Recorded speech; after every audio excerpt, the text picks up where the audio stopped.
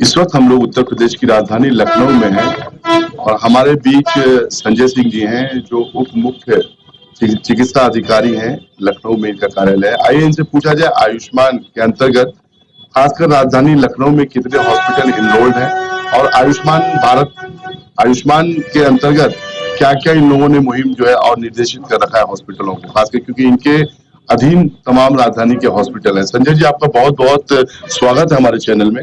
Sir, थोड़ा आयुष्मान के बारे में बताइए और कितने हॉस्पिटल जो एनरोल्ड हुए हैं राजधानी में। जी नमस्कार, मैं डॉक्टर संदीप हूँ।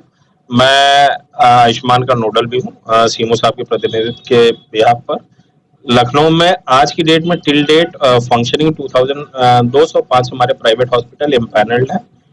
33 हमारे स्टेट गवर्नमेंट के जो यूपी पीएचएमएस के हॉस्पिटल्स हैं स्वास्थ्य विभाग के वो, and 9 for government of India. तो अगर आप टोटल काउंट आप देखें तो वी आर ऑलमोस्ट 42, हम 250 प्लस हैं। एंड हमारे लगभग 45 हॉस्पिटल्स इन क्यू हैं, अंडर प्रोसेस हैं, almost stacked up at the level of state health agencies. CMO साहब ने उसकी क्लियरेंस दे दी है, जो हमें 40 और हॉस्पिटल जुड़ जाएंगे ये सेवाएं। तो अगर हम सिर्फ प्राइवेट की बात करें तो we have almost 250 hospitals in Lucknow which are providing the services of Ayushman services. And I am proud and I am very happy to say कि pan UP Lucknow is the only district which is catering Ayushman services in this number of private hospitals. पूरे UP में हम number 1 hospital जिला है जहाँ पे 200 plus hospitals private है। जो हमारे 42 गवर्नमेंट ऑफ इंडिया और स्वास्थ्य विभाग के, उनके अतिरिक्त हम 250 प्राइवेट हॉस्पिटल के माध्यम से इस महत्वाकांक्षी गरीबों और जो लोग दूसरे संवर्ग से आर्थिक रूप से उससे है, उनको 5 लाख का एक मुफ्त इलाज जो गवर्नमेंट की स्वर्णिम योजनाओं में से एक है, उसको हम प्रोवाइड करा रहे हैं।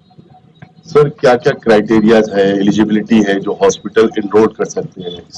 बेसिक प्रोग्राम, बेसिक एलिजिबिलिटी है कि it should be enrolled in CMO office of that respective. अगर मैं आप लखनऊ की बात करें, सीएमओ लखनऊ ऑफिस में अगर वो रजिस्टर्ड है और वो इच्छुक है तो ये पूरी प्रक्रिया जो है ऑनलाइन है। आप ABPMJY जो इसका ऑनलाइन पोर्टल है उस पर आप लॉगिन करें, अपनी आईडी जनरेट करें।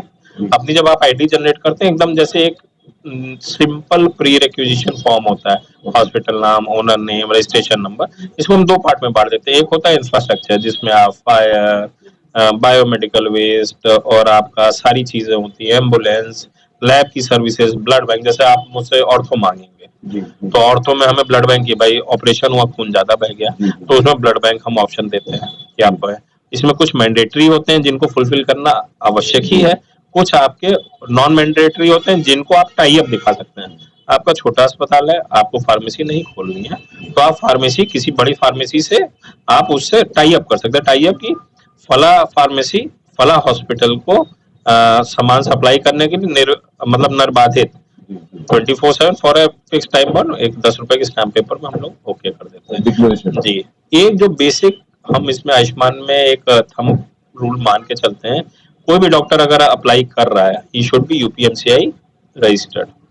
कई जगह होता है, बड़े अस्पताल है कि UPMCI में समय लग रहा है, तो अगर उसने अप्लाई भी कर लिया है या उसको इनिशिएट कर दिया, हम उसको एंटरटेन करके और एक अंडरटेकिंग लेके HR में ओके कर देते हैं। ये आयुष्मान के अंतर्गत जनता को क्या क्या फायदा होता है? हॉस्पिटल को तो एनरोलमेंट करना, आपने जो एलिजिबिलिटी है, जनता को क्या क्या फायदा थोड़ा आप बता दें ताकि बिल्कुल मैं ये कहना चाहूंगा, हम लोग हम लोग जिस परिदृश्य हैं, गांव देहात में 2 ही चीजों में लोगों के जमीन जायदाद बिकते थे, या तो घर में किसी शादी ब्याह करानी हो, इलाज। और इलाज आज की डेट में एक गरीब, ये 2008 से 11 तक SECC data, socio economic caste census, SECC, इसको हम सेक डाटा कहते हैं। गवर्नमेंट ने बृहद स्तर पे ग्राउंड लेवल पे पैन इंडिया एक सर्वे कराया, तो उसमें पॉइंटर्स थे D1 से लेके D14 तक। उसमें उनको पॉइंटर्स, इंडिकेटर्स, D7 इंडिकेटर्स, जिनके पास घर ना हो, होमलेस, लैंडलेस, डेस्टिट्यूट, गाड़ी ना हो, अपनी छत ना हो, हाँ, जिसका कोई, इसमें सिर्फ जाति विशेष का नहीं जनगणना था, धर्म विशेष का नहीं था। इनके जो D7 पॉइंट, D1 से D7, उनके आधार पे जब 3 साल में गवर्नमेंट ने पूरा सर्वे किया तो उसको सेक डाटा बनाया। वो एक फ्रोजन डाटा है।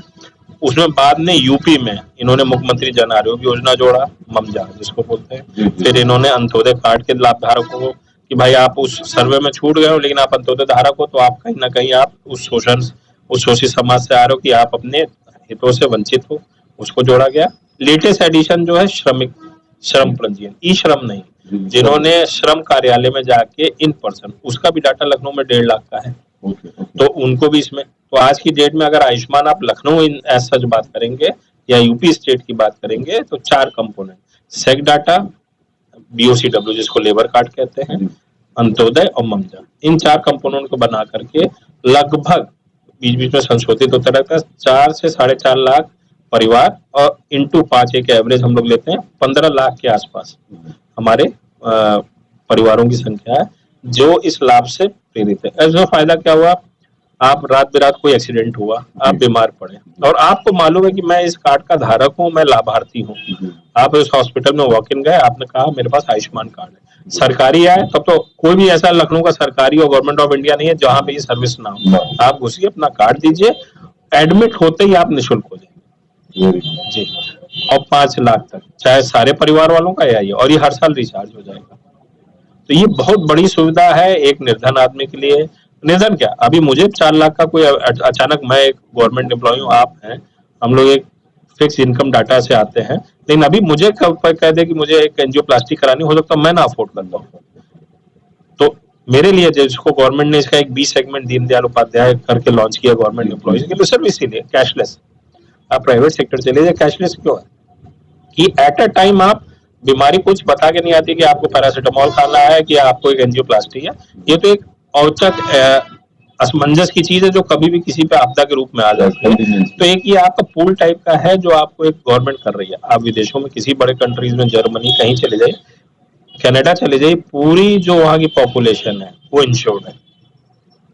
तो गवर्नमेंट जो हमारी माननीय मुख्यमंत्री और माननीय प्रधानमंत्री जी की जो सोच है, हम उसी डायरेक्शन में बढ़ रहे हैं कि पूरी जनता, चाहे वो सक्षम हो या अक्षम संवर्ग का हो, उसको हम कवर दें। सक्षम हो तो आप सक्षम हो तो भी आप ये हेल्थ इंश्योरेंस अवेल करें अगर आप गवर्नमेंट एम्प्लॉय, और अगर आप सक्षम संवर्ग से नहीं है तो गवर्नमेंट आपके लिए 5 लाख रुपए हर साल लेके खड़ी है। सर अवेयरनेस के लिए, क्योंकि खासकर जो है हमारे प्रदेश में अवेयरनेस की बहुत कमी होती है, लोग जो है आर्थिक दयनीय है, लेकिन कहाँ पे उनको इस चीज को जो है एनरोल करना है उनको पता नहीं। तो इसमें जो है हमारा स्वास्थ्य विभाग कैसी भूमिका, क्या उनके अवेयरनेस के लिए कोई कैंपेन प्रोग्राम? इसमें दो गफलत हमने जो मैंने अपने कार्यकाल में देखा, एक तो पब्लिक को ये नहीं मालूम है कि वो इसके लाभार्थी है, तो जब लाभार्थी मालूम नहीं है तो कई बार वो भर्तियों की इलाज करा लेते हैं लेकिन वो उस कार्ड को अवेल नहीं करा पाते हैं। पहली बात, जिसको मालूम है तो एक दिक्कत ये आती है कि फला हॉस्पिटल के हड्डी डॉक्टर ज्यादा बेहतर है लेकिन उन्होंने आयुष्मान नहीं ले रखा, तो उसको मजबूरन वो दूसरे में जाना पड़ता है जहाँ आयुष्मान है। और कमोवेश ये डॉक्टर की क्वालिटी पे नहीं है, उसकी चॉइस की। देखिए, इलाज कहीं ना कहीं आपके मानसिक सेटिस्फेक्शन का एक बहुत बड़ा बेस होता है। तो ये चीजें, इसमें 2 चीजें है। पहली बात है जो लोग, अच्छा दूसरा एक जो भ्रामक स्थिति पैदा करते हैं, लोगों को लगता है कि अगर मैं किसी रूप से असहाय हूँ या निर्धन संवर्ग से हूँ, किसी भी सेक डाटा संवर्ग से, तो मेरा आयुष्मान नहीं। सेक डाटा जो 2008 से 11 और जो 3 कंपोनेंट्स मैंने आपको बताया, ममजा और ये, इन कंपोनेंट के अलावा कोई भी आदमी उसमें जोड़ा नहीं जा सकता। It's a frozen data. Frozen मतलब कि आपने इतने लोग को 16 लाख को जोड़ दिया है, उसमें स्वयं मैं चाहूँ एक बहुत ही नेक विचार के साथ, सिर्फ अभी तक मेरे कार्यकाल में 24 बच्चों जिनके दोनों ही मदर और फादर एक्सपायर कर गए थे कोविड में, सिर्फ उनको जोड़ा गया। 24 बच्चों को ऑटोमेटिक आयुष्मान, इररिस्पेक्टिव कि वो किसी भी बहुत संभ्रांत एक्सेप्शनल में उनके कार्ड दिल्ली से बन के आए, हम लोग ने सिर्फ उसको एक्टिवेट किया। Otherwise I haven't seen any add-ons in this existing Ayushman list. तो एक ही सेक डाटा, लोग कई बार भ्रमित, कई बार कोई आपको अपने लालच के लिए भ्रमित करेगा कि मैं आपका कार्ड बनवा दूंगा। तो मेरा विशेष और सबसे यही आग्रह है, पहले आप अपना अंगूठा लगा के चेक करा लें, पात्रता है तो अपना, इसको आप एक हेल्थ एटीएम समझिए। जैसे आप बाजार में सामान लेने जा रहे हो तो आप क्या उठाते हो, या तो पैसा पर्स उठाते हैं या एटीएम, आजकल फोन पे हो गया मान लीजिए, हाँ, इलेक्ट्रॉनिक पेमेंट। तो अगर आप आयुष्मान के लाभार्थी हो तो अपना तुरंत जाके पहले कार्ड बनवाइए। उससे क्या होगा, घर में कोई अकस्मात आपकी मेडिकल आएगा तो आपके छूटते मुंह से निकलेगा भाई आयुष्मान कार्ड उठा लेना। तो ये एक हैबिट बना ले जो हमारे 16 लाख लाभार्थी हैं। सर इसमें पूरे परिवार का बनेगा या सिर्फ जो है मुखिया का? सबका, मुखिया का और सबका बनना चाहिए। मान लीजिए आपका लड़का, मेरा लड़का है, मैं यहाँ पर हूँ, मुखिया हूँ, मेरा लड़का पुणे में इंजीनियरिंग कर रहा है, तो उसके पास अपना कार्ड होना चाहिए। इसका एक दूसरा ऑप्शन है, मुखिया ने बनवा लिया तो आयुष्मान कार्ड में राइट साइड में आप देखेंगे बारकोड होता है, स्कैन कार्ड होता है, स्कैन कोड होता है, आप उसको स्कैन करें, उनके पूरे फैमिली मेंबर्स का नाम निकल आएगा। Okay okay. आप उससे, मान लीजिए मैं भर्ती हुआ जी, मुझे इलाज कराना है, तो 4 लोग तीमारदारी में परिवार के आ रहे हैं, वही हॉस्पिटल आके बनवा ले। जितने रजिस्टर्ड हॉस्पिटल चाहे प्राइवेट या सरकारी, हर जगह आरोग्य मित्र बैठता है। आरोग्य मित्र का 2 ही काम है, भर्ती मरीज का कोड जनरेट करना, दूसरा आयुष्मान कार्ड बनाना। बस आप वॉक इन जा सकते हैं। आप काकोरी रहते हैं, काकोरी सामुदायिक स्वास्थ्य केंद्र चले, लड़का बैठा हुआ है।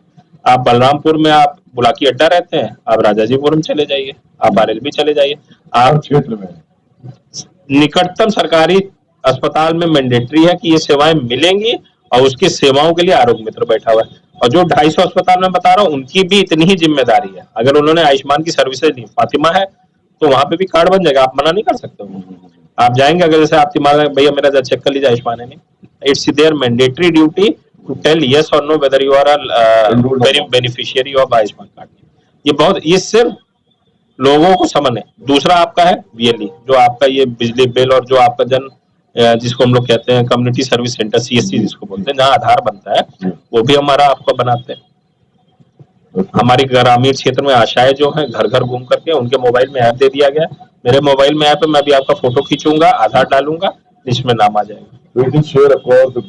पूरा मेरे में है, मैंने आपका कार्ड बनाया है, तो अगर 5 रुपए है, ये देखिए आशा कार्ड बना हुआ है, मैं भी आपका स्कैन करके देख सकता हूँ, ठीक है, कि आपका कार्ड बना हुआ है कि नहीं।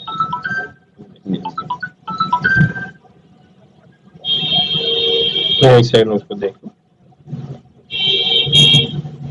तो गवर्नमेंट ने इन चीजों का प्रचार प्रसार करने के लिए इसको इतना वो किया हुआ है कि आप इसमें आप राह चलते, जैसे आशा है दीदी, वो शाम को निकली, कोई आदमी बुजुर्ग महिला शादी में मिल गई, बिटिया हमारा देख के बता दो कार्ड है नहीं, उन्होंने मोबाइल से दे।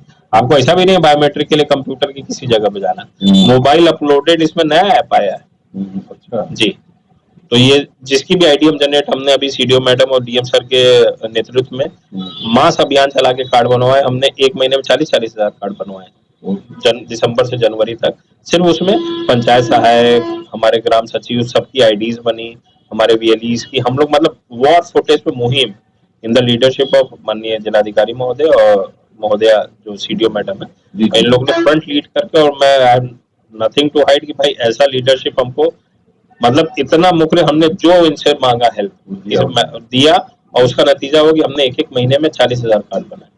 तो इधर मौसम गड़बड़ हुआ है इस समय, हम लोग इन्वेस्टर समिट और इसमें भी है, थोड़ा हालत की सीजन में कम हो जाता है, क्योंकि हम कार्ड तभी बना सकते हैं जब बनवाने वाला इच्छुक हो। सर, आपने एक चीज कहा कि हॉस्पिटलों में कुछ हॉस्पिटल जो एनरोल्ड है आयुष्मान के लिए, कुछ हॉस्पिटल नहीं है, तो क्या विभाग ने कुछ ऐसा कंपल्शन, अनिवार्यता नहीं रखी है कि सभी, क्योंकि जब आदमी का, पेशेंट की कोई बीमार होता है तो वो ये नहीं देखता कहाँ है, वो तो निकटतम अस्पताल पहुंचता है। सर, सरकारी में सब में मैंडेटरी है, तो अगर हमारा लाभार्थी सरकारी में जा रहा है तो उसमें पिक एंड चूज का कोई ऑप्शन नहीं। आपका सवाल है प्राइवेट अस्पताल हेतु, तो प्राइवेट में इसको कंपलसरी करने का कोई मतलब प्रावधान नहीं था, परंतु इसमें भी चेंज हुआ। 23 जुलाई 2022 को हमारे यशस्वी माननीय मुख्यमंत्री श्री जी ने दीनदयाल उपाध्याय प्रोग्राम लॉन्च किया। इसमें 22 लाख हमारे राज्य कर्मचारी और उनके परिवारों को मिला के 76 लाख लोग को इसमें कवर किया।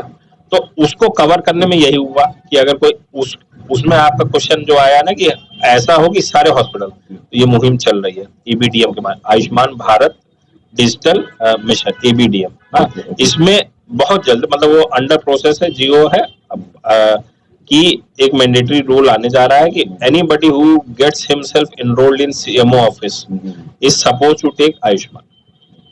ये अंडर प्रोसेस है, हाँ, इट इज अर्ली टू से, लेकिन हाँ, इट इज अंडर प्रोसेस। और जो आपका सवाल है वो गवर्नमेंट के संज्ञान में, और उसकी रिक्वायरमेंट और इम्पोर्टेंस लेते हुए अंडर प्रोसेस है। मुझे लगता है most probably in the next financial, जो 1 अप्रैल से है, ये मैंडेटरी रूल हो जाएगा कि अगर आप आयुष्मान के लिए अपना अस्पताल रजिस्टर, सीएमओ ऑफिस में रजिस्ट्रेशन कराएंगे तो आयुष्मान एक उसका बाय डिफॉल्ट आपको लेना ही है, यू कैन नॉट डिनाई। और उसका सिर्फ उद्देश्य ये है कि भाई वॉक इन रहे, ये नहीं है कि मेरे घर के बगल वाले में आयुष्मान नहीं था, हमको 3 किलोमीटर दूर जाना पड़ा। तो उसी डायरेक्शन में हम बढ़ रहे हैं। हाँ, लेकिन हाँ, एक ये लेंदी और बहुत ही टीडियस, लखनऊ में 1700 प्लस अस्पताल रजिस्टर्ड है, and we are still only 250 who are giving Ayushman. We are far below, less than 10%, 20%. लेकिन हाँ, सब कुछ स्ट्रीमलाइन करने के लिए तमाम टेक्निकलिटीज हैं जो समय लेंगे। ये हमारे बीच संजय सिंह जी थे, जो बड़े बेबाकी से जो है अपना पक्ष रख रखते हैं, क्योंकि ये जो है आयुष्मान का संपूर्ण प्रभार इनके पास है। और आयुष्मान के तहत आप जनता को मैं अवगत कराना चाहूंगा कि आप खुद को इंश्योर्ड कर सकते हैं। यदि आपने आयुष्मान कार्ड नहीं बनाया है तो निकटतम स्वास्थ्य केंद्रों में जाके आयुष्मान कार्ड बनाएं, क्योंकि कभी भी कोई चीज बोल के नहीं आती है। मैं सैयद गुलाम हुसैन शबाब नूर के साथ लखनऊ से SB न्यूज लाइव के लिए।